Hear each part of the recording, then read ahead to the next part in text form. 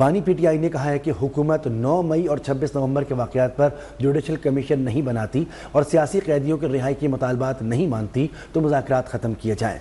Barrister Ali Zafar का दो टोक मौक़िफ़। अब से कुछ देर पहले उन्होंने गुफ्तगू करते हुए कहा कि मेरी बानी पीटीआई से अडियाला जेल में मुलाकात हुई है। बानी ने हुकूमत से तहरीरी मुआहदे की मशरूत इजाज़त दी है। लाहौर में हमारे नुमाइंदे सैयद अब्बास हैदर से कुछ देर पहले उन्होंने खुसूसी गुफ्तगू की है। आइए उनसे जानते हैं। जी अब्बास हैदर।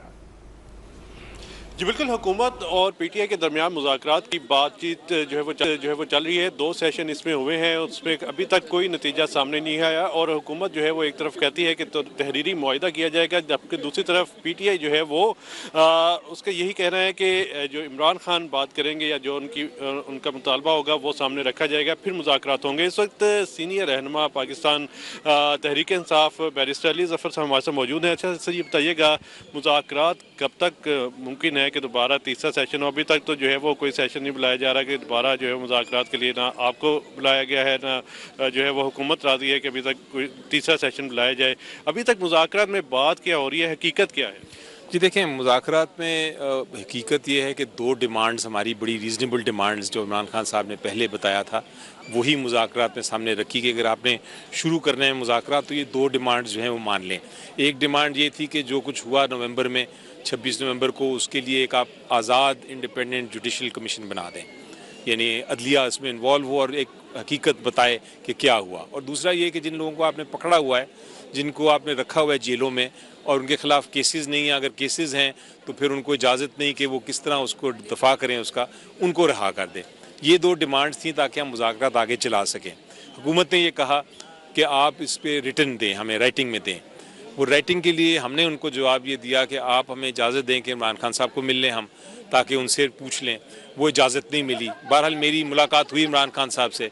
उन्होंने ये कहा कि आप इस तरह करें कि आप ये तहरीरी डिमांड्स बेशक दे दें, मेरे से मुलाकात नहीं भी हुई और आखिरी बार उनको मौका दे दें कि अगर वो अगली हेयरिंग पे, अगली मुज़ाकरात की जो मीटिंग है उसके अंदर वो अगर हमें तहरीरी तौर पे ये दोनों चीज़ें मान लें तो फिर आप आगे मुज़ाकरात को चलाएं, वरना ख़त्म कर दें।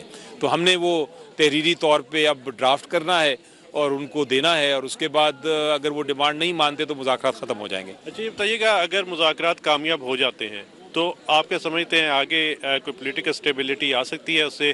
क्योंकि पीटीआई जो है वो तो अपना ज़ाहिर बात है एक मौक़िफ़ है कि जो 2024 के इलेक्शन है वो दोबारा जो है वो होने चाहिए क्योंकि रिग हुए हैं। तो आप क्या समझते हैं कि ये दोबारा आप लोग मूवमेंट शुरू करेंगे या फिर मुज़ाकरात के बाद ये सारी मूवमेंट ख़त्म हो जाएगी?